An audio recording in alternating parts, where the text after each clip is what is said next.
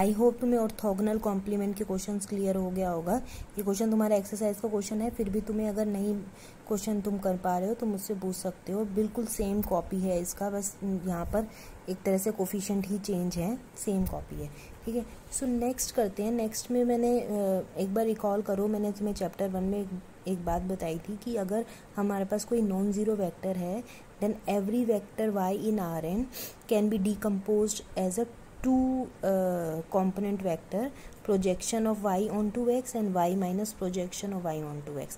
और जो जिसमें मुझे पहला वेक्टर जो होता है वो पैरेलल टू x होता है और दूसरा वेक्टर जो होता है ऑर्थोगोनल टू x होता है।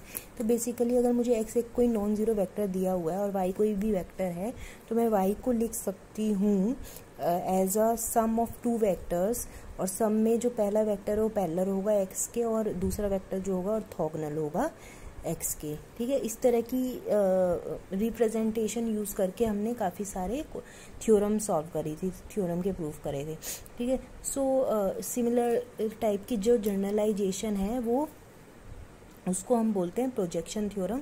सो क्या है जनरलाइजेशन, इसमें क्या है कि let W be a subspace of Rn then every vector V belongs to Rn can be expressed in a unique way as W1 plus W2 where W1 belongs to capital W and W2 belongs to W perp, that means orthogonal complement of W।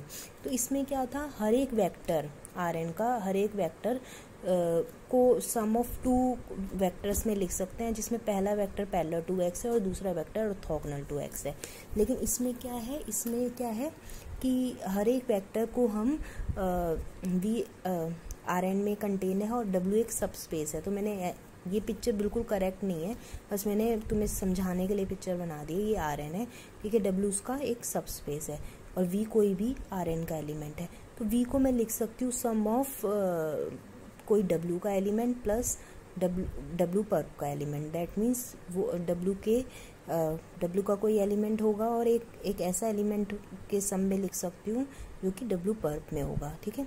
सो इसी definition को इसी theorem का जब हम proof करते हैं उसमें एक डेफिनेशन बनती है।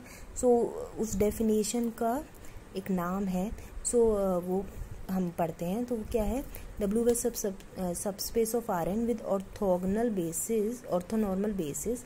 W एक सबस्पेस है Rn का, उसका ऑर्थोनॉर्मल बेसिस है ये U1 U2 UK और V एक Rn में एलिमेंट है। Then orthogonal projection of V onto W। तो और यहाँ पे था सिर्फ projection of y onto x, यहाँ पर है orthogonal projection of V onto W, और W में हम यूज़ करते हैं कैपिटल W, ठीक है। ये दिस इज कैपिटल W, सब स्पेस की बात कर रहे हैं। तो इज द वेक्टर, और वेक्टर को मैंने सिर्फ डिनोट किया, अभी मैं बताती हूँ। ये वेक्टर को डिनोट करते हैं projection of V onto W। जिस पे ऑन टू होता था यहाँ पर होता था वेक्टर पे, ठीक है, x projection of y onto x, यहाँ पर है projection of this vector V onto this space W where W is a subspace of Rn और इसका एक ऑर्थोनॉर्मल बेसिस भी है ये, ठीक है। और इसके लिए फॉर्मूला निकल के आया क्या, इसके लिए भी तुम्हें एक फॉर्मूला मैंने बताया था जो ग्राम स्मिथ प्रोसेस में मैंने तुम्हें रिवाइज कराया था। इसके लिए फॉर्मूला क्या निकल के आया कि V डॉट U1 मतलब V का जो भी जिसका प्रोजेक्शन निकालना है उसको U1 से मल्टीप्लाई करो, जो स्केलर आ रहा है वो U1 का कोफिशिएंट होगा, प्लस V डॉट U2 और फिर U2 लिखो, V डॉट UK, इस तरह से प्रोसेस चलेगा, V डॉट UK फिर UK लिखो, ठीक है। इस एक्चुअल में जो ये वेक्टर हम V लिखते हैं, V को मैं बोलती हूँ ना कि V be express in a unique way से W1 प्लस W2 में यूनिक वे में हम लिख सकते हैं। वेयर W1, तो W1 को निकालने का जो प्रोसेस है वो ये डेफिनेशन बताती है। W1 एक्चुअली में क्या होगा, this projection of V onto W होगा, ठीक है। जो ये W1 आएगा वो ये चीज़ आएगी, ठीक है। सो बेसिकली अगर मुझे W1 निकालना है तो मेरे को W स्पेस के लिए ऑर्थोनॉर्मल बेसिस चाहिए, ठीक है।